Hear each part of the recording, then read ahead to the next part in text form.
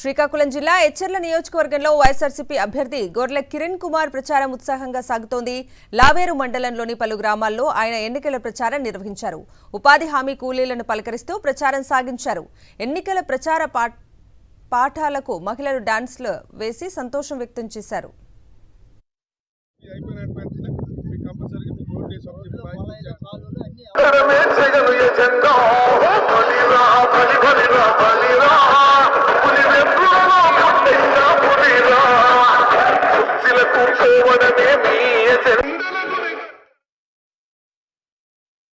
BJP, TDP, Janasena ఈ మూడు పార్టీల నాయకులు కూటమి ఈరోజు జగన్మోహన్ రెడ్డి గారిని ఓడిస్తే గానీ మనకు బ్రతుకులు లేవు.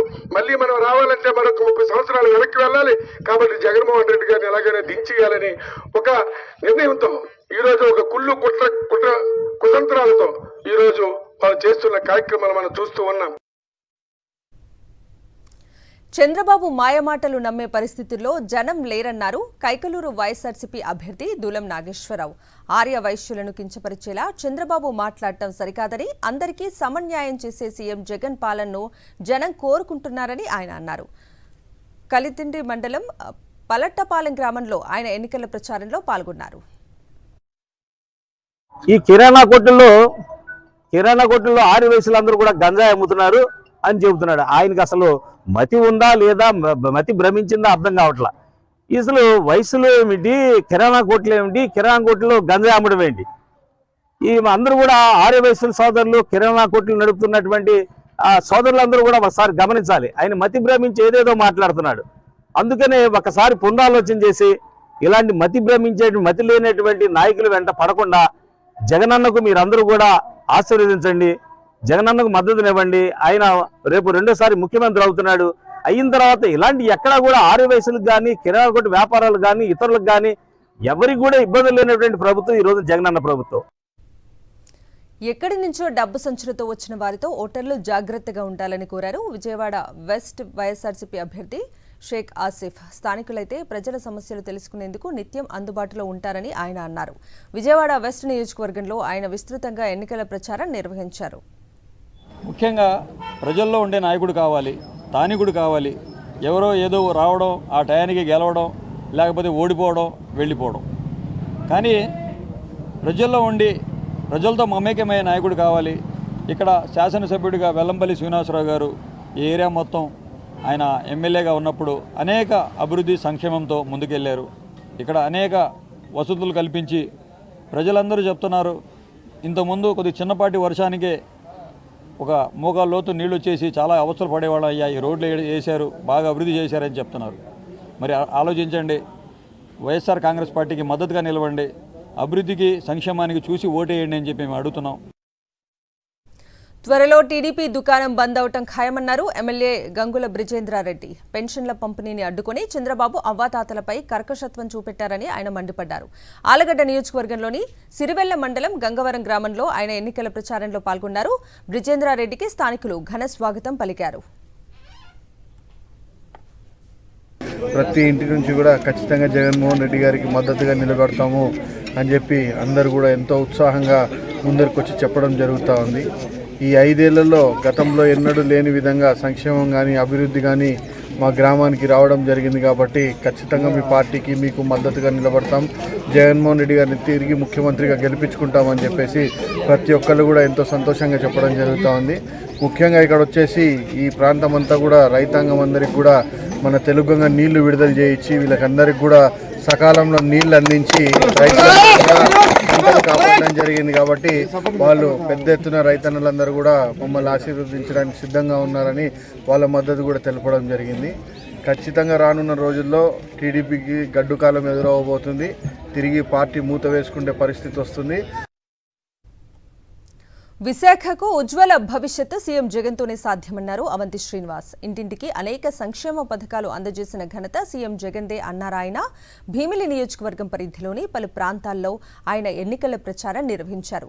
గడప గడపకు తిరుగుతూ ప్రచారం నిర్వహించిన అవంతి శ్రీనివాస్కు స్థానికులు ఘన స్వాగతం పలికారు. మరి చంద్రబాబు నాయుడు వస్తే పథకాలు రావు, ఈ వాలంటీర్స్ ఉండవు, ఈ సచివాలయం ఉండవు, అందరికీ తెలుసు. కాబట్టి ప్రజలు ఏకపక్షంగా జగన్ గారు ఏ సంవత్సరాల కాలంలో ముఖ్యంగా కరోనా టైంలో వాళ్ళు చేసిన సేవను గుర్తుపెట్టుకుని మళ్ళీ వారిని ముఖ్యమంత్రి చేసుకోవడం తథ్యం. విశాఖ పరిపాలన రాజధాని అవ్వడం తథ్యం. విశాఖకి మరి ఉజ్వల భవిష్యత్తు జగన్ గారితో ఉంటుంది. దానిలో ముఖ్యంగా భీమిలి నియోజకవర్గంలో మళ్ళీ వైఎస్ఆర్సీపీ జెండా కలిసి జగన్మోహన్ రెడ్డి గారి బహుమతికి ఇస్తామని తెలియజేసుకుంటూ బాపట్ల జిల్లా అద్దంకిలో వైఎస్ఆర్సీపీ ఎన్నికల ప్రచారం ఉత్సాహంగా సాగుతోంది. నియోజకవర్గంలోని పలు గ్రామాల్లో పార్టీ అభ్యర్థి హనిమిరెడ్డి ప్రచారంలో దూసుకుపోతున్నారు. సింగరకొండపాలెంలో హనిమిరెడ్డికి గ్రామస్తులు హారతులతో స్వాగతం పలికారు. చంద్రబాబు నాయుడు కులమతాలను అడ్డుపెట్టుకుని రాజకీయాలు చేస్తున్నారని హనిమిరెడ్డి మండిపడ్డారు.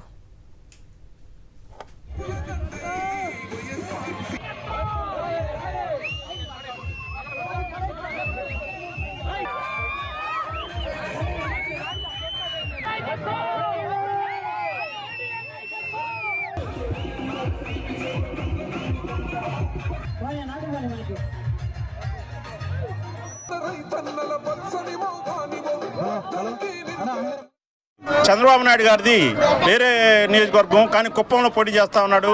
అదేవిధంగా సోనియా గాంధీ కూడా గతంలో చూసినట్టయితే ఎక్కడెక్కడో పోటీ చేసింది, ఎవరో స్థానికులు కాదు. అదేవిధంగా గొట్టిపాటి రవి కూడా ఇక్కడ స్థానికుడు కాదు, అది యాక్చువల్గా మాటూరు వేరే నియోజకవర్గం. కానీ ఇక్కడికి వచ్చిన తర్వాత స్థానికులు నాన్ స్థానికులు అనే దానికన్నా ఇక్కడ లోకల్ పార్టీల్లో ఉన్నటువంటి జగన్మోహన్ రెడ్డి గారిని, చంద్రబాబు నాయుడు గారిని వాళ్ళు చూస్తారు. ఖచ్చితంగా ఇక్కడ జగన్మోహన్ రెడ్డి గారికి ప్రజలు బ్రహ్మరథం పడతా ఉన్న పరిస్థితి కనిపిస్తా ఉంది. చంద్రబాబు పచ్చ పత్రికల తీరు సిగ్గులేని రాజకీయాలకు నిదర్శనమని విమర్శించారు మంత్రి బొత్స సత్యనారాయణ. వాలంటీర్లు పింఛన్లు పంచకూడదని చంద్రబాబు పిటిషన్లు పెట్టి ఈసీకి ఫిర్యాదు చేసి ఇప్పుడు తమకేం సంబంధం లేదని చెప్పడం సిగ్గుచేటన్నారు. ఎస్పీలను కలెక్టర్లను మార్చేయాలని పురంధేశ్వర్ ఫిర్యాదు చేస్తున్నారని, వాళ్ళంతా గతంలో వాళ్ళ ప్రభుత్వ హయాంలో పనిచేసిన వారు కాదా అని ప్రశ్నించారు. విజయనగరం జిల్లా శృంగవరపుకోటలో ఎమ్మెల్యే కడుబండి శ్రీనివాసరావు ఆధ్వర్యంలో ఏర్పాటు చేసిన వైఎస్ఆర్సీపీ విస్తృత స్థాయి సమావేశంలో మంత్రి పాల్గొన్నారు. ఈ సందర్భంగా వైఎస్ జగన్ ప్రభుత్వంలో గ్రామాల రూపురేఖలు మారిపోయాయన్నారు ఎమ్మెల్యే కడుబండి. కర్నూలు జిల్లా కొడుమూరు నియోజకవర్గంలో వైఎస్ఆర్సీపీ అభ్యర్థి సతీష్ ప్రచారానికి అపూర్వ ఆదరణ లభించింది. గూడూరు మండలం కె నాగులాపురంలో గ్రామస్తులు 101 కొబ్బరికాయలు కొట్టి హారతులతో సతీష్కు స్వాగతం పలికారు. సీఎం జగన్ చేపట్టిన సంక్షేమ పథకాలను ప్రజలకు వివరిస్తూ ఆయన గ్రామంలో ఎన్నికల ప్రచారంలో పాల్గొన్నారు.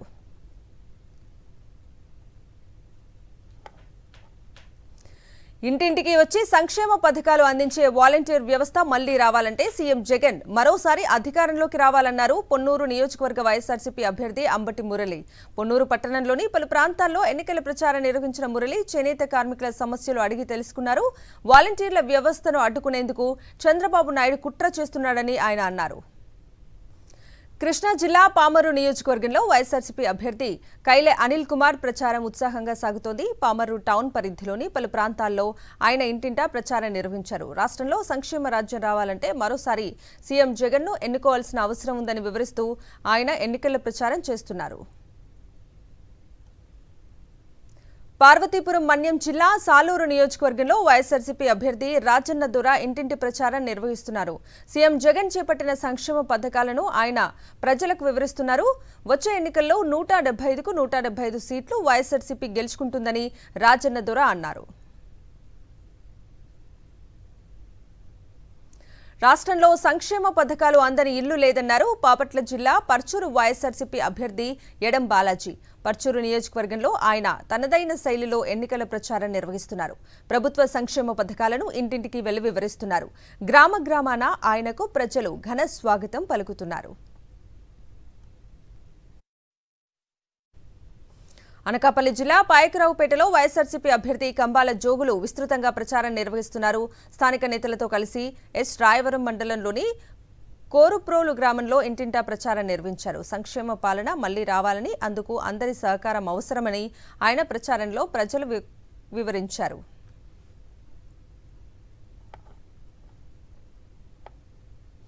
ఆంధ్రప్రదేశ్లో సంక్షేమ విప్లవం సాగిందని, సీఎం జగన్ అమలు చేసిన సంక్షేమ పథకాల వల్ల ప్రజల జీవన ప్రమాణాలు పెరిగాయని అన్నారు ఉరవకొండ వైఎస్ఆర్సీపీ అభ్యర్థి విశ్వేశ్వర్రెడ్డి.